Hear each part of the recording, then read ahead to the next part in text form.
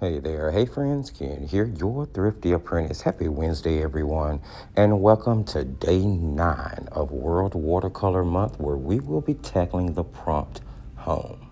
Now, we're also going to be doing July watercolor calendar in this video. I have to apologize, I should have done it earlier in the month, so it would have been for the month of July, but I still wanted to get it done with you guys, so we are tying World Watercolor Day into the watercolor calendar.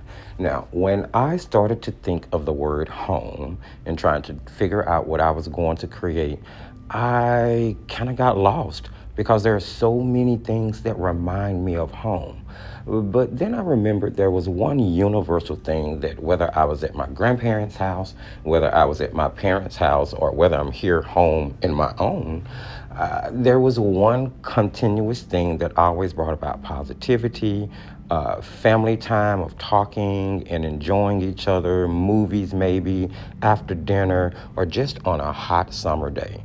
And of course, it's July, and painting ice cream is perfect. It covers all and checks all of those boxes for me. So, friends, that's what we're doing today. 3 scoops of ice cream in a glass bowl with some chocolate syrup and a spoon. One of my all-time favorites. Now, I figured since I was going to be doing ice cream, this would be the perfect time to pull out my Genze 10 by paints. Now, I have a lot of different colors from them, but one of the sets is the Art Nouveau set, which I hardly ever use, and this seemed to be the perfect composition to pull those colors out on. That's what we're doing. I'm using really bright pinks and blues and greens, and then I'm using different shades of those colors in order to add the shadows into the ice cream. I didn't really mix anything. Everything is straight from the pan, so it's pretty simple. The only thing I'm going to be mixing will be, of course, my neutral, because you guys know I always mix my own blacks, and the brown that is going to serve as the chocolate to go on top of each of the ice cream scoops. So I am practicing glass again here. As you guys know, or most of you who've been following me for some time know, I love to paint glass. So this entire composition was very enjoyable for me. And it should be very straightforward and easy for you. If you want to slow this down, do always keep in mind that you can utilize the gear mechanism that is to the top right or lower right corner of your YouTube viewer. You can press playback speed and you can slow this video down so that you can follow along if by chance it happens to be moving too fast for you. And I really do hope you all give this a try. Be sure to jump in the comment section and let me know if you do. Because hopefully it's going to be just as enjoyable for you to be painting something that is probably close to all of our hearts, probably remind all of us of home in some shape, form, or fashion. And let's be clear, what better to paint in the hot month of July and then some delicious looking ice cream. I mean, halfway through this, I really did cut the video off and go grab me a bowl of ice cream. And then I came back to finish up the composition. That's how inspired I was with this. It was fun. It was fun. Now, a couple of brushes that I used because I'm painting really, really small or a number 2 Christy Rice round, which is a golden Tacklon synthetic brush. I used like a number 4 round by Nike Pro. They're synthetic squirrels. They came in a really budget watercolor kit that I tested and reviewed on the channel months back, sometimes around the last quarter of last year. But the brushes work really, really well, and I really, really enjoyed using them. And then I think I'm going to use like a number 10 round in order to do the background when we get to that point. What you see me doing here, I do want to concentrate on this just for a second. And it really, really is important when you're painting glass. Be sure that you are putting the colors of the objects that are in your composition in that glass. Glass is going to reflect whatever is in its environment, especially those things that it's closest to. So I wanted to be sure to bring the colors from those ice cream scoops down into the glass. And then I also included hints of yellows reflecting in the glass as well, because I knew that I would be painting my background this shade of sort of greeny yellow. It's a really beautiful color. Actually, all of the Art Nouveau set is a really beautiful colored paint set. They're not really expensive. I definitely recommend Ganzei by Kuretake. It happens to be one of my favorite brands of watercolors.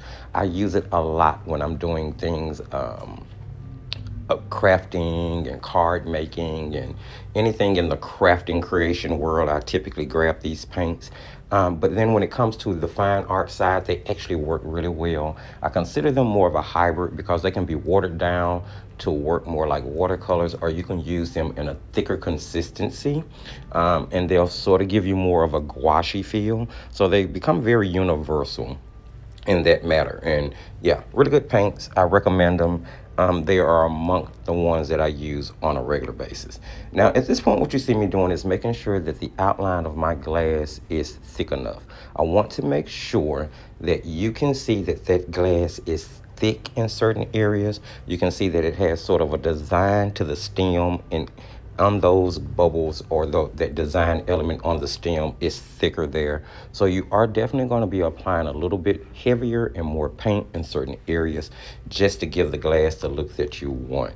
That color also becomes really good to actually shadow in the chocolate, with it already being dark and neutral. By me using the neutral black that I made, it adds really nice shadows to the kind of chocolatey feel of the the chocolate syrup that's on everything. So yeah, friends, that's pretty much how you tackle this. This is really straightforward and easy. You throw a shadow in to ground it, and then I'm going to put a really light wash in the background, but the most important element is going to actually be the highlights. Now, I'm going to use bleed proof in order to highlight everything. And when it comes to glass, it's those dark shadows and those light highlights that really brings glass to life and makes it feel real, makes it feel like it's more 3D versus a flat image. So do be very mindful of putting in your shadows and putting in your highlights when it comes to glass. Now, if you're using a reference photo, it's pretty easy. If you're creating out of your head, then just kind of keep in mind the direction you would imagine your light coming from, so that that area of the composition carries most of the highlights, and you will see something come to life in front of your eyes and be pretty amazed. There are several videos on the channel where I'm painting glass and kind of, letting you guys follow my process of painting glass. So be sure to check those out if there's something that you want to get more into. As I said, in a moment, I'm going to grab some bleed proof, start doing the highlights, and that's pretty much going to wrap everything up, besides the background. Now, I really do want you guys to jump in the comment section. Let me know, have you been tackling World Watercolor Month? If you have, what method have you been using to tackle it? Are you going straight from the prompt list? Are you trying different things? Are you taking suggestions from influencers and wonderful artists like Christy Rice or maybe Emma LaFave? Because they both have something really cool going on for World Watercolor Month. And I also heard that Opal in Mint does as well. So I'm really curious to know, what are you all doing? So be sure to jump in the comment section and let me know.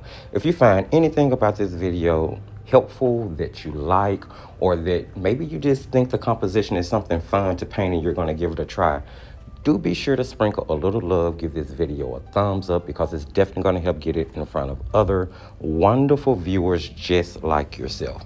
Hey, you can share the video if you want, because sharing is caring, and of course it's going to do the same thing that sprinkling a little love will. The video description excuse me, is going to contain all of the relevant links. If you're interested in the Thrifty Patreon community, you can find the link to follow for information. If you have never checked out the Defyantarts website, now's the time. There are some great things being added. The link is in the video description, and I would encourage you guys to go check it out. There are links for all of the social sites. You can follow every single of my World Watercolor Month day post over on the Thrifty Apprentice Instagram. So if you haven't followed on Instagram, do so you can keep up with every single thing that's coming out for World Watercolor Month from the Thrifty community. I've posted all of the days from day one over there, so definitely go check that out. There's also the Thrifty Apprentice sponsored Facebook group, Paints, Pencils, Pastels, and Markers, where all artists are welcome, and we are very respectful of each other, each other's level, and just encouraging and trying to help each other grow. Outside of that, friends, that's pretty much it. I just, finishing up here, adding in some bleed proof. I'm going to sign things. I'll remove the tape, and that's going to wrap it up. I want you guys to remember, as I tell you at the end of every single video, my friends, to just keep creating.